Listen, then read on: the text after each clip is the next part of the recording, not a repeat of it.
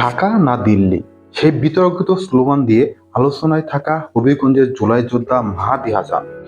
মাহাদি থানায় বসে হত্যার স্বীকারোক্তি দিয়েছিলেন এবং সেই ঘটনার ভিডিও সামাজিক মাধ্যমে ভাইরাল হয়েছিল। দিল্লিতে গণধোলাইয়ের পর তাকে বাংলাদেশে ফেরত পাঠানো হয়।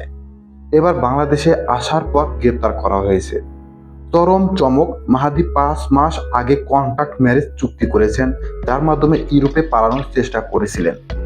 আজকের এই ভিডিওতে আমরা দেখব পুরো ঘটনা, এর রাজনৈতিক প্রভাব, সামাজিক প্রতিক্রিয়া এবং আইনি পরিণতি। আমি দিল্লি এয়ারপোর্ট থেকে বলছি। আমার সাথে যেসব ঘটনা হয়েছে এটা আমি বাংলাদেশে এসে প্রেস কনফারেন্স করে হয়তো আমাকে বলতে হবে, বাট আমি জানি না আমার সাথে অনেকগুলো অকারেন্স হয়েছে। এখানে আমাকে প্রায় 40 মিনিটের মতো আমাকে পুলিশ কাস্টডিতে আটকে রাখা হয়েছিল।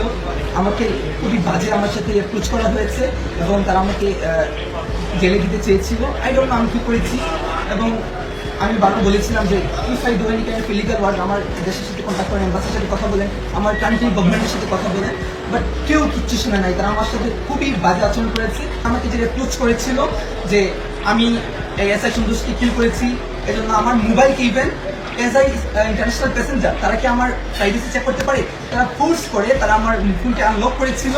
আনলক করে আমার ফোন তারা চেক করেছে। And I will take action after coming to my country, ইনশাল্লাহ ইনশাল্লাহ।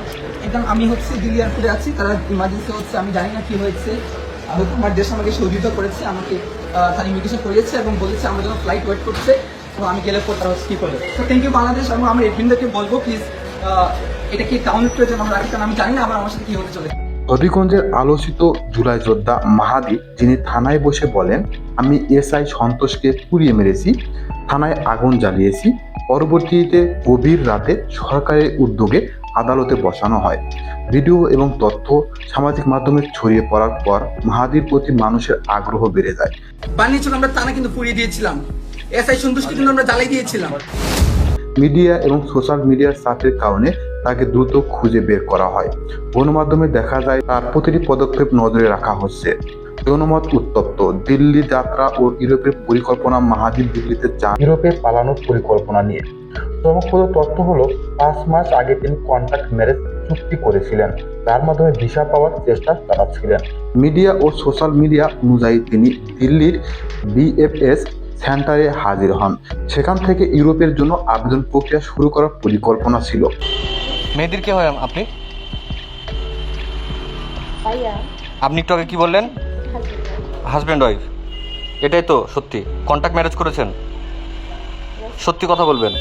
আপনার মাস্ক খুলুন। কন্ট্যাক্ট ম্যারেজ করে যাচ্ছেন আপনি আরও? কবে কন্ট্যাক্ট ম্যারেজ কবে হয়েছে আপনাদের? 3-4 দিন আগে। তাহলে এখানে আমরা দেখতে পাই আন্তর্জাতিক পর্যায়ে কৌশল এবং রাজনৈতিক আশ্রয় নেওয়ার চেষ্টার মিশ্রণ। গণধোলাই ও বাংলাদেশ ফেরত। দিল্লিতে বাংলাদেশি সম্প্রদায়ের মধ্যে গণধোলাইয়ের ঘটনা ঘটে। ভিডিও ও সামাজিক মিডিয়া পোস্টগুলো ভাইরাল হয়। জনগণ মাহাদির বিরুদ্ধে নিন্দা ও প্রতিবাদ দেখায়। গণমাধ্যম রিপোর্ট অনুযায়ী এটি সামাজিক পত্রিকার একটি বড় উদাহরণ। পরিস্থিতি উত্তপ্ত হওয়ায় তাকে বাংলাদেশ ফেরত পাঠানো হয়। বিমানবন্দরে এসে পৌঁছার পর আইন শৃঙ্খলা বাহিনী মাহাদিকে গ্রেপ্তার করে। এবার তার আইনি প্রক্রিয়া শুরু হয়।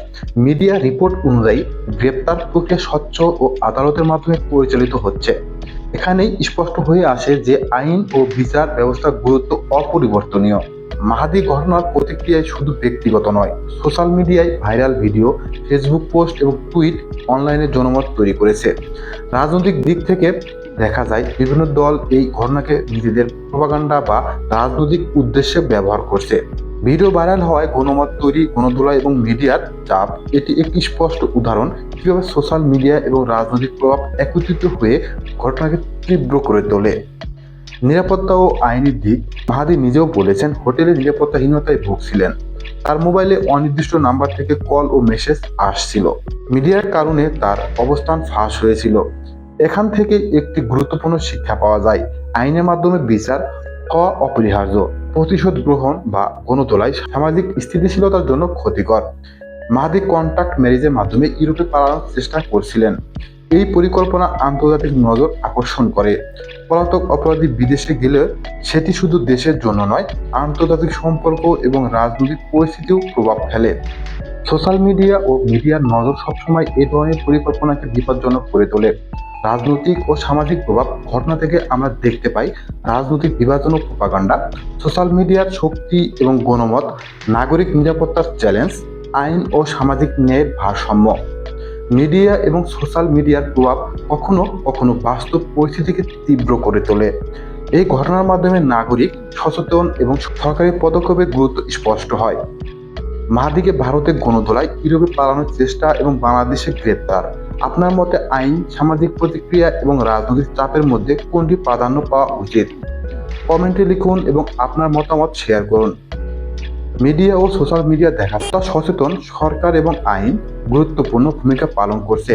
সোশ্যাল মিডিয়ার প্রভাব বড় হলেও বাস্তব জগতে বিচার আদালতের মাধ্যমেই হবে। মাহাদি হাসানের দিল্লি থেকে বাংলাদেশ ফেরত এবং গ্রেপ্তার ঘটনা শুধুমাত্র ব্যক্তিগত নয়, এটি বাংলাদেশের রাজনৈতিক ও সামাজিক ও আইনি প্রেক্ষাপটকেও চ্যালেঞ্জ করছে। আইন, সামাজিক নিরাপত্তা এবং জনমত, এই তিনের ব্যালেন্সই গুরুত্বপূর্ণ।